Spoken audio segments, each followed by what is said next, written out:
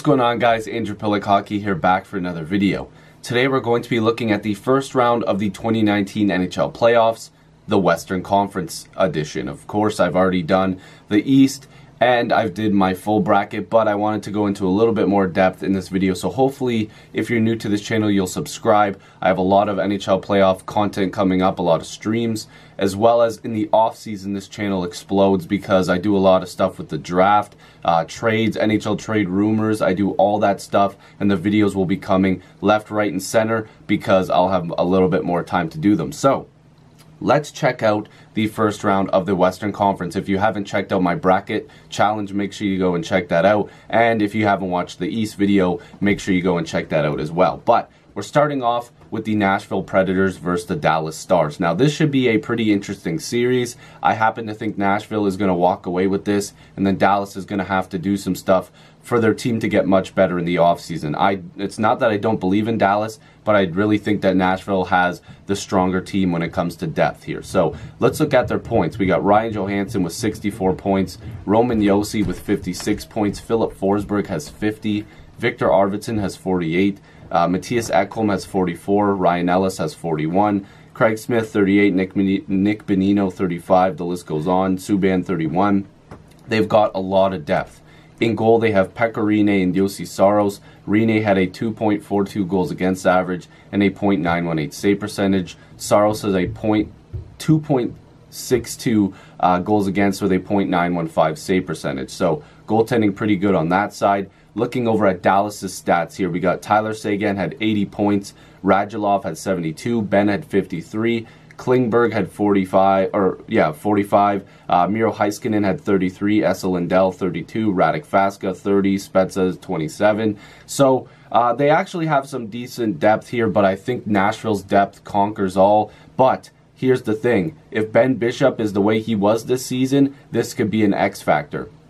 If he stays healthy, of course, which we're going to knock on wood for that. But the goaltending for Dallas this year was exceptional. Bishop, Khudobin, and even Bo, who only played 2 games, but Bishop had a 1.98 goals against average with a .934 save percentage. Khudobin had 2.57 goals against average with a .923 save percentage, and Landon Bo in 2 games had a 1.03 goals against average with a .947 save percentage. But of course, Bishop and Khudobin are the guys that are going to be a focus here. So goaltending is going to be a fun battle. This might be a low-scoring series, but if Nashville finds a way to beat Bishop and they find a way to win games, maybe even Khudobin, depending on who plays. Of course, they want Bishop to play, but I think that Nashville is just going to win the series. I think that their depth is better, their blue line is better, but that's just me. Anyways, we're going to move on to the Winnipeg-St. Louis Blues series, where I do think that St. Louis is going to walk away with this one. I know that Winnipeg is a heavy team that can score a lot, but who knows? Maybe Winnipeg comes away with it. I think that Patrick Laine is an X factor. If he can start getting the scoring going and he just starts putting in a bunch of goals, then it's going to be real interesting here. So let's look at the numbers. So Blake Wheeler leads Winnipeg with 91 points. Mark Scheifele has 84. Kyle Connor 66. Laine had 50 points. Trouba 50. Brian Little 41. Ehlers 37. Myers 31. Of course, Morrissey with 31. Bufflin 31. Perreault with 30. I'm letting you guys know all of this talent and all this depth. Kevin Hayes, of course, picked up, I think he has 13 points in 20 games. Winnipeg has depth, and more depth. They have a lot of scoring. Their goaltending, they've got a pretty good tandem in Hellebuck and Brossoit. And Brossoit, actually, a lot of people didn't figure he would be a decent backup, but he is. So Hellebuck has a 2.90 goals against average and a .913 save percentage. Brossoit has a 2.52 goals against with a .925 save percentage. So the Jets are looking real good with depth and their goaltending. The Blues have had a very good season. A team that everybody thought was going to be sellers at the deadline. A team that was going to trade away Tarasenko. That Ryan O'Reilly trade didn't make any sense. They're here in the playoffs and they're going to do quite well.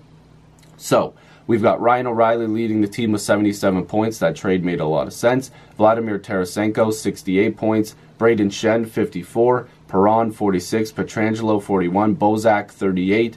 Schwartz 36, Dunn 35, Thomas 33, Sundqvist 31, Parayko 28. It goes on and on. Maroon 28, Steen with 27. They've got some guys that can put up points. In goal, Jordan Binnington and Jake Allen. What a tandem. But Binnington with an absolutely amazing season. A 1.89 goals against average and a .927 save percentage. Jake Allen, 2.83 goals against with a .905 save percentage. Good season for for Allen. Amazing season for Binnington. We'll have to see if that carries over into the playoffs. Because if it does, maybe St. Louis has the edge in goal because of Binnington. But the scoring on both sides, I think that Winnipeg might have a little more depth. But St. Louis is finding ways to win, and they're a good team. So this should be a fun series. Next, we've got Calgary versus the Colorado Avalanche. I happen to think Calgary is going to win this series probably in five or six games. I think Calgary is just too strong, but let's get into the points. Anyways, also, I should mention Colorado might end up with the first overall selection in the NHL draft. Again, I'm recording this video at 8:50 in the morning on Tuesday, and that's when the NHL draft lottery is. So I'm not sure what's going to happen, but it's a possibility that Colorado ends up with that selection. So, points-wise, Johnny Gaudreau, 99 points for, of course, Calgary. Monahan, 82. Lindholm, what a trade for that. That was 78 points. Matthew Tkachuk, 77. Good season for him. Giordano, 74. Could be the Norris winner. Michael Backlund, 47. Derek Ryan, 38. Michael Frolik, 34. TJ Brody, 34. Hannafin, 33. Jankowski, 32. Sam Bennett, who had a better season, 27 points. So, Calgary's got massive depth, but goaltending is going to be the question for them in the playoffs. David Rittich, or Rittich, however you want to pronounce it, 2.61 goals against average and a .911 save percentage. Mike Smith, a 2.73 goals against average and a .898 save percentage. I really think that they're going to start Smith in the playoffs, but Rittich, I think, is the guy that's going to end up playing more games. Now, people may be confused about that, but I actually think that Rittich is going to take over the crease, but the goaltending advantage might be for Colorado. Let's check it out here. First off with the points, Nathan MacKinnon, 99, Rantanen, 87, Landeskog, 75, Barrie with 59, Soderberg, 49, Kerfoot, 42, Comfer, 32, Wilson, 27, Samuel Girard, 27, Matt Calvert, 26, so they have some decent depth there. In goal, Philip Grubauer and Semyon Varlamov. This is why I think they have the goaltending advantage. Grubauer, a 2.64 goals against average and a .917 save percentage. Varlamov, a 2.87 goals against average with a .909 save percentage. This should be a decent series, but I think the scoring of Calgary is just going to take over. And even though the goaltending may be the advantage, I think Calgary is just going to find ways to score goals.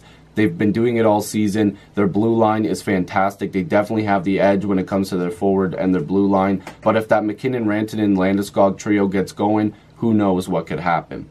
So the last playoff series in the first round, of course, is the Vegas Golden Knights versus the San Jose Sharks. Of course, Vegas coming off of their Stanley Cup final appearance in their first season last year, building off of that, having a really, really good season this year. And San Jose, a team that didn't get off to the best start they wanted to, really pulling through and having an amazing team. We'll have to see where Karlsson's health is at for San Jose, but I think he'll be okay. So, Vegas, Jonathan Marchessault, 59 points, Karlsson 56, Riley Smith 53, Tuck 52, Stastny 42, Eakin had 41, Pacioretty 40, Shea Theodore 37, Schmidt 30, Miller 29, Reeves with 20. So their depth is split up. They've got a lot of guys that can put up a decent amount of points, which is good. In goal, of course, Marc-Andre Fleury, 2.51 goals against average and a .913 save percentage. Malcolm Subban is the backup with a 2.93 goals against and a .902 save percentage. Marc-Andre Fleury could be an X factor because playoff Fleury can steal series, not just games. So that should be an interesting X factor for Vegas. Of course, we've got San Jose, who I think is going to win the series. I think that they're just too strong. Their point leaders, Brent Burns, 83 points. Thomas Hertl, 74. Logan Couture, 70. Timo Meier, 66. Pavelski, 64. Evander Kane, who had a good season, 56 points. Kevin LeBlanc, 56. Joe Thornton, 51. Erik Karlsson, 45. With more games, he would have had much more points. Donskoy, 37. Sorensen, 30. Vlasic, 25. Dillon, 22. They've got guys that can put up points as well. Goaltending could be a factor in here. Martin Jones didn't have the best season, but we'll have to see what happens here. Martin Jones, 2.94 goals against average and a .896 save percentage. Aaron Dell, a 3.17 goals against average with a .886 save percentage. I think obviously the goaltending advantage has to go to Vegas, but Jones can play very good. We've seen it before, and you know, he didn't have an awful season. It's just also San Jose doesn't really give up that many shots either, so that's probably why his save percentage was at that point.